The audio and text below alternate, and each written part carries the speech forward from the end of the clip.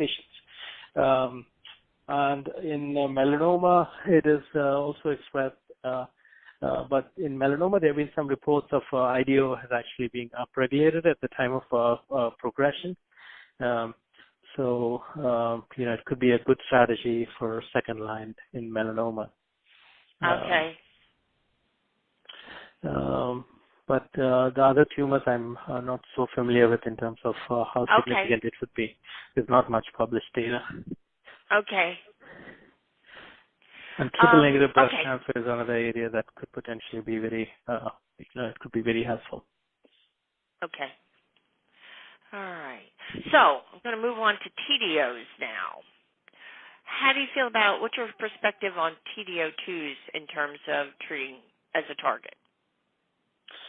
So the preclinical data, as I said, it's there's not a whole lot of information regarding TDO2 in terms of combination with immune checkpoints.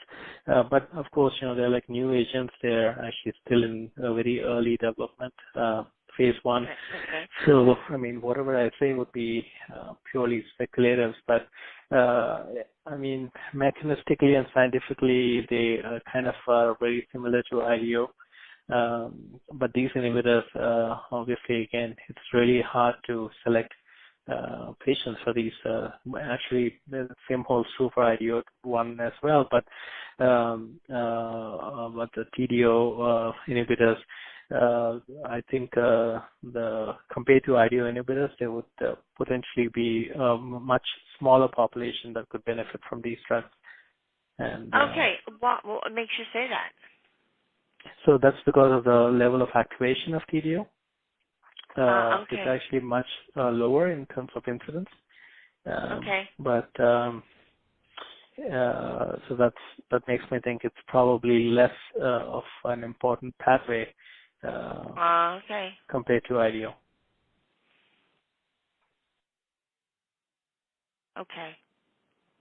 All right. So you said this is fairly early on. Is there any notion yet of what the clinical value proposition would be for TDO inhibiting cancer therapies in terms of response rate and durability, et cetera? No, I think everything that we talked about IDO actually also apply to TDO. Okay. The purpose and the goal is to improve the percentage of patients who would respond to PD-1 inhibitors, and the other strategy would be to see if we could perhaps overcome resistance to the PD-1 inhibitors. And okay. So unfortunately for TDO, there are a couple of things. So essentially, the challenge is we don't have much preclinical data in terms of understanding the role for TDO and when these pathways are actually very critical, and identifying the patients who could potentially respond to these drugs. Okay. So I think it'll be interesting to say the least, because we don't, as I said, the main problem is how do we select for patients who would benefit from these agents.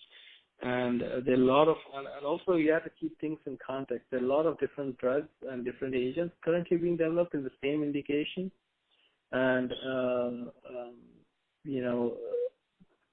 having a way to select for patients is actually absolutely critical in trying to develop a good developmental strategy for these drugs.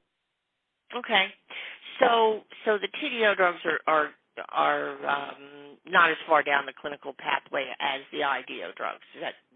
So you don't have as much information on them. Do you think the tumor types that would be useful for TDO would be the same or different for IDO from IDO? No, I think it's going to be potentially different. Okay. How so? So I think so in the lung, as far as I know, TDO expression in the lung is not that common. IDO is way more expressed